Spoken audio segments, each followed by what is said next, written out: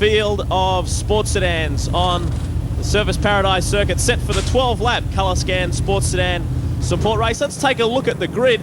Mick Monterosso is off pole position after his win in the first race yesterday. Stephen Voigt alongside him. Wayne Park, the Porsche Cup competitor as well, alongside Bob Jolly. Out of row 3, Brian Smith from Western Australia, Glenn Taylor alongside him, Phil Crompton and Kevin Clark on row 4.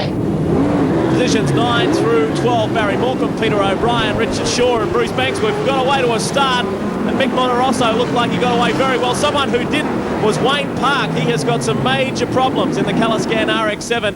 He was just crawling, just limping off the line, but it's Stephen Voigt who will take him through the first Sunbelt chicane. Yeah, Monterosso got left behind on the line there. Number of cars moving in front of him. They shuffle down towards Sunbelt chicane, up toward MCI and down toward Dime Turn. The first of 12 laps, long distance for the sports sedans. They sort themselves out.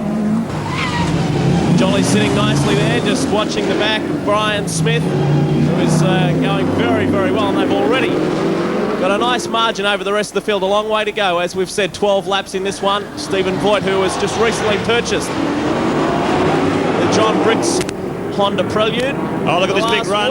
Big run down the outside by Brian Smith. I'm not sure if Voigt missed a gear there, but he took advantage. He's dropped 3 or 4 car lengths, and Smith took maximum advantage of that.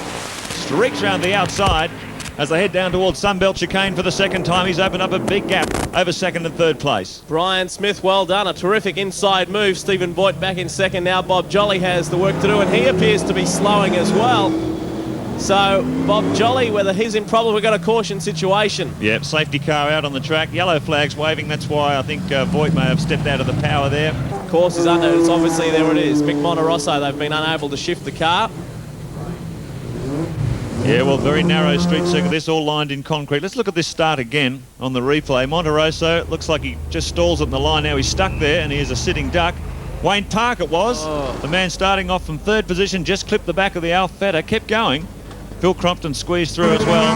That's where the damage was done. You can see Wayne Park's car too, ripping that front right corner off the Mazda. It's holding him up. Looks like the green flag about to be unfurled. We got a green flag, and we're back to racing conditions.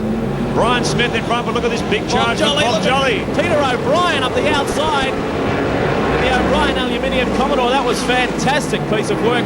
And the field sorts themselves out, hammering down toward Bartercart turn for this long run down the back straight. Whoa! We got another one off. Straight in. Not even turning. Stephen Voigt has gone straight into the tyre wall. Brian Smith coming through cleanly. He's onto the back straight, and Voigt, just like the car almost refuses to turn, he goes straight off. Crunch.